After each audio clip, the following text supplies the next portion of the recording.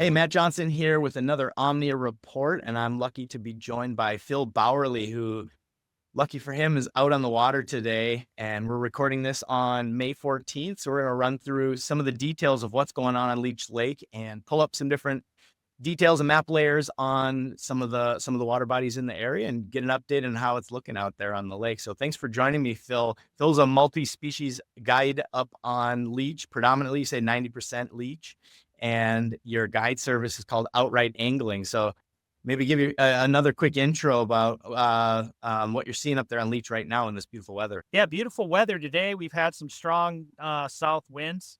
It's kind of turned the lake up a little bit, but great, calm, flat water today, and water's warming up, pushing 60 degrees, and fish are making the adjustment here. It's been fun. Yeah, it's happening fast too. It sounds like we're ripe for a cool down here in Minnesota, but the fact that we're from the same state, I know what weather patterns have been flowing really hot down here in the Twin Cities. We're seeing our lakes heat up really quickly. Yeah, I wanted to just pull up the water temperature layers that we have on the Omnia Pro app. And actually, what's really interesting about Leech is it looks as if the water temperature hasn't been updated for a while. So maybe some cloud cover or the satellite data hasn't been coming through very effectively, but almost 20 days outdated on Leech Lake. And I am seeing some areas high 30s, low 40s on April 25th. But one thing I wanted to call out is a lake just off to your east that's pretty popular, Pokegama, did get some recent data from satellite, looks like May 4th. And we are seeing some areas up on the shore where we're seeing 61s. So I would expect with this heat wave that we've had that you're probably getting what, high 50s, low 60s, even out in the main body of water on Leech. Yeah, that's right. The main lake is upper 50s, pushing 60. That's right. Okay. So fish are starting to make that transition. And one thing I wanted to focus in on smallmouth bass as a starting place because we have so much data that's come in, even recently on Leech Lake. So I'm going to pull up the Leech Lake fishing reports here. And the consistent thing that I'm seeing is in this spring pattern, whether they're in a pre-spawn, a spawn, or a post-spawn pattern, that 18 to 15 feet of water and almost consistently reporting rock piles and boulders. Are you seeing the same thing when you get into the spring season? Yeah, that tracks. We right now today with the higher visibility, there's some fish cruising up on top of those rock piles as Wow. well, and up a little bit. So, but yeah, the edges and out to 12, 15 feet deep. That sounds about right. Yeah, it's excellent. Have you seen fish that are moved into a spawn pattern yet, or do you think we're still a pre-spawn just because the lake is heated up so quickly? Yeah, I think it heated up a little bit fast for them to be ready for that. Um, we probably more the photo period length of the days controls that a little bit to some extent, but the water temps definitely got some up shallow, cruising around in the afternoons.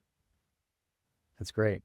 Yeah, so the top 3 techniques that are being reported for spring smallmouth, this is across quite a few reports on Leech Lake. Looks like hair jigs, drop shot, and finesse jigs. Are there any other techniques you think are going to be really effective as we move through this 2025 season? Yeah, those are 3 really, really big ones. The pre-spawn, when we've got water temps specifically in the 50s, we're throwing jerk baits too. We always have a jerk bait. It's a good way to find those active fish. And some days it's a great way to get bites. But just uncovering active schools, a jerk bait is king when the water's in the 50s out here, as far as I'm concerned. Yeah. And we've pulled together some of these AI summaries, probably a little small to see on your phone here, but I'm just seeing this very consistent reporting of isolated boulders and rock piles. Any differentiation between those 2 structures, or those seem to be both working really well this time of year? Those are working really well. We've recently in the last day, well, just today, I'm finding some fish on, main lake rock reefs mid-lake reefs fish that have pulled up. I think over the weekend, we had more fish pulled up maybe at shoreline areas. I think those shoreline areas might warm up a little bit quicker.